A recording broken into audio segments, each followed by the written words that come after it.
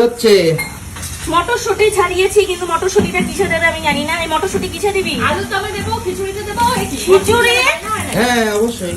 এবার তুই যে বলে পোলাও করবে। স্বর্ণ বলেছে পোলাও খাবে না, স্বর্ণের জন্যই খিচুড়ি করা হচ্ছে। তোমার জন্য দেখেছো, তোমার জন্য খিচুড়িটা আজকে বন্ধ হয়ে গেছে। খিচুড়ি বন্ধ হয়ে খিচুড়ি বন্ধ হয়নি, খিচুড়িটাই হচ্ছে, পোলাওটা বন্ধ হয়ে গেছে। হ্যাঁ এরকম কেউ করে? আরে সরস্বতী পুজো মানেই খিচুড়ি। কে বলেছে? আমরা ছোটবেলা থেকে সরস্বতী পুজোয় নয় ফ্রাইড রাইস, নয় পোলাও, আলুর দম আর হচ্ছে খেয়ে খেয়ে আমরা বড় হয়েছি। চাটনি আমাদের স্কুলে জানো সরস্বতী পুজোয় ফ্রাইড রাইস, আলুর দম, পনির আর হচ্ছে চাটনি। আরে ওসব অপভ্রংশ, এগুলো তো শহরে বড়লোকি স্কুলে পড়তে তোমরা। শোনো, সরস্বতী পুজো মানেই হচ্ছে তোমার, হ্যাঁ না দি কি বলে, সরস্বতী পুজো মানেই খিচুড়ি, আলুর দম, টমেটোর চাটনি, রসগোল্লা, এই হচ্ছে বাংলা সংস্কৃতি। এই ফ্রাইড রাইস, পোলাও, এইসব পনির, এগুলো ওই বড়লোকি স্কুলে, এগুলো হচ্ছে অপভ্রংশ। কোনো বড়লোকি স্কুল আছে, গ্রামের স্কুলে খিচুড়ি খাওয়া। না গ্রামের স্কুলেই খিচুড়িটাই, ওটাই মেন, ওটাই আসল। আমাদের এখানে বন্ধ হয়ে গেছে বহু বছর। আরে খিচুড়ি খাওয়াই মেন না, মেন তো ছিল সাজগোজ, ঘুরতে যাওয়া।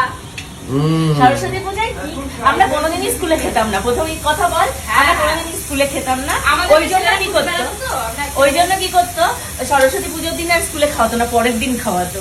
সরস্বতী পুজোর দিন আমরা ঘুরে বেড়াতাম আর হচ্ছে রেস্টুরেন্টে খেতাম। না সেটা আমাদেরও তাই, কারণ পুজোর দিন অনেক কাজকর্ম থাকে। তো এই ধরো সুন্দর সুন্দরী মেয়েরা প্রথমবার শাড়ি পরে স্কুলে আসে, তো তাদেরকে এটা দেখাশোনার ব্যাপার থাকে। মুখটা দেখি। সুন্দরী মেয়েরা আসতো, কি করতে তারপরে বলো? না সুন্দরী মেয়েরা কি ক্লাস, যারা হয়তো 8-9 পড়ে, হ্যাঁ 8-9 পড়ে, আমরা হয়তো তখন 6-7 পড়ি। বড় বড় দিদিরা প্রথমবার শাড়ি পরে, বড় দিদিদের প্রতি তোমার আকৃষ্ট, হ্যাঁ তুমি বড় দিদিদের প্রতি আকৃষ্ট ছিলে। প্রথমবার শাড়ি পরে যখন ক্লাস 9 মেয়েরা আসে, তখন 6-7 পড়ি আর কি। হ্যাঁ মানে তখন একটা আলাদাই ব্যাপার, শ্যাম্পুর গন্ধ, মানে অঞ্জলি দিতে বসে চারিদিকে গায়ের গন্ধ পাওয়া যেত না, শ্যাম্পুর গন্ধে মোমো করতো চারিপাশ। আহা হা, সেটা আলাদাই ব্যাপার, আলাদাই ফিলিং। তো কি মনে হচ্ছে এখন সরস্বতী পুজোয় কোনো কিছু করনি? গার্লস স্কুলে পড়তাম বলে কি? গার্লস স্কুলে দাঁড়াও কি বলতে চাইছো? গার্লস স্কুলে পড়তাম বলে কি আমরা কি সেজে গুজে বেরোতাম না? তুমিও যেমন মেয়ে দেখতে, সেরকম আমাদেরকেও অনেকেই দেখতো। আমরাও সেজে গুজে এরকম ভাবে ঘুরে বেড়াতাম। কিরকম ভাবে? এরকম ভাবে দেখো ঘাড়ে লেগে যায় না? ঘাড়ে কেন লাগবে? হ্যাঁ ছেলেরা এমনি আমাদের স্কুলের সামনে এসে খুঁজে বার করতো, খুঁজে স্কুলের সামনে এসে দাঁড়িয়ে থাকতো। এতটাই বিষ ছিল নাকি তুমি যে খুঁজে বের করতে? হ্যাঁ আমি বেশ ছিলাম না, আমি খুবই ভালো আর ভদ্র ছিলাম। সরস্বতী পুজোর একটা ঘটনা তোমাদের বলি।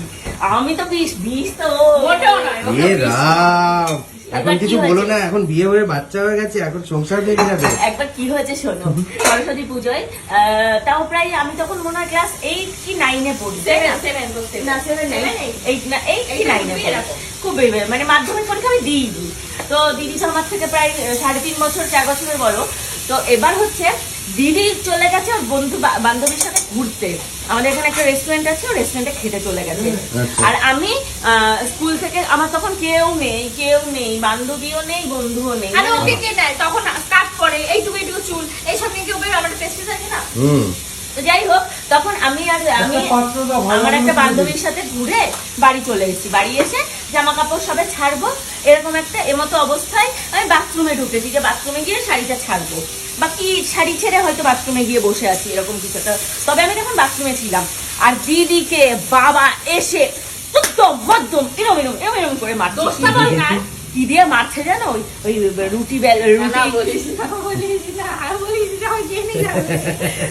রুটি করতো না, বেলনি খুন্তি দিয়ে আমায় মেরেছে, বেলনি দিয়ে ওকে মেরেছে। তো বেলনিটা হাতের কাছে পেয়েছে, খুলে দিয়ে ও তখন মনে হয় শাড়ি ছেড়ে ফেলেছে, অলরেডি জামা কাপড় ছেড়ে ফেলেছে, দরজাটা খুলবে এরকম টাইমে, খুলেই বাবা ওকে উদ্যম মারছে, বলছে আকাশকে। আমি বুঝতে পারছি না আকাশটা কি। আর আমিও বাথরুমে বসে বলছি আকাশটাকে আমি রয়ে উপরে বলছি আকাশ কি? এটার কথা তো দিদি আমায় বলেনি, এই আকাশটাকে। ওর সব কথা আমি জানতাম, আমি জানি ও সেই দিন ওর একটা বান্ধবীর সাথে ঘুরতে যাবে আর হচ্ছে রেস্টুরেন্টে গিয়ে খাবে, সেটা আমায় বলেছিল। তা আমি ওকে বারবার বলেছিলাম আমার একটু নিয়ে চল, বল না তোকে নেবো না, তুই চলে যা তোর বান্ধবীদের সাথে। তা আমি মনের দুঃখে আমি আর কিছু বলিনি। এই আরেকজন বলছে আকাশ, এই চুপ কর। বাকি আকাশকে মাকে জিজ্ঞাসা করো। এই মাকে জিজ্ঞাসা করো আকাশ। তো যাই হোক, বাবা তো মেরে চলে গেছে, আর আমি তো বাইরে থেকে মানে বাইরে যে মারপিটটা হচ্ছে আমি তো শুনতে পাচ্ছি, কিন্তু আমি জানি আমি এখন বেরোলে আমিও মার খাবো। আমি মানে একটা মারও আমারও নিচে পড়বে না। এইবার আমি বাবা মেরে চলে যাওয়ার পর দেখি দিদি বসে বসে কাঁদছে, করে কাঁদছে আর বলছে আমি জানি না আকাশকে, আমি কোথাও যাইনি, আমি জানি না আকাশকে। খবরটা কে দিল বাড়িতে? খবরটা দিয়েছে শোনো আমার মামা, কালপিট, মেইন কালপিট হচ্ছে আমার মামা। তখন আমার মামা হচ্ছে আমি দিদি কোথাও ধরো স্কুল বাঙ্ক করে কোথাও যেতাম, একবার স্কুল বাঙ্ক করে আমরা ক্যাশ সিনেমা দেখতে গেছিলাম। বাবা, ক্যাশের কথা বলিস না। ক্যাশ, সেটা এসেও মামা বলে দিয়েছে জানো, সেটা এসেও মামা বলে দিয়েছে ওরা ক্যাশ দেখতে গেছে স্কুল বাঙ্ক করে। সেটার জন্য তো একটা খেজ বাড়ির নিচে নামিয়ে রাস্তার উপর দাঁড় করে বাবা মেরেছে। তখন আমি ছিলাম, চওড়া হয়ে গেছে, চুল লম্বা হয়ে গেছে, তখন হ্যাঁ রাস্তার উপর এনে দুই বোনকে মেরেছিল বাবা। সেটা একটা অন্য কথা, সেটা একটা অন্য কথা, বাদ দাও, সে আরেকদিন বলবো ঘটনা। সরস্বতী পুজোর ঘটনা সরস্বতী পুজোর দিন বলছি। এইবার বাবা তো মেরে ধরে ওকে চলে গেছে, আকাশকে। এবার আমি এসে ওকে জিজ্ঞাসা করছি, এই আকাশকে তুই তো আমার বলবি না, তুই আমাকে নিয়ে যেতে পারতিস, আমি তোকে বাঁচাতে পারতাম।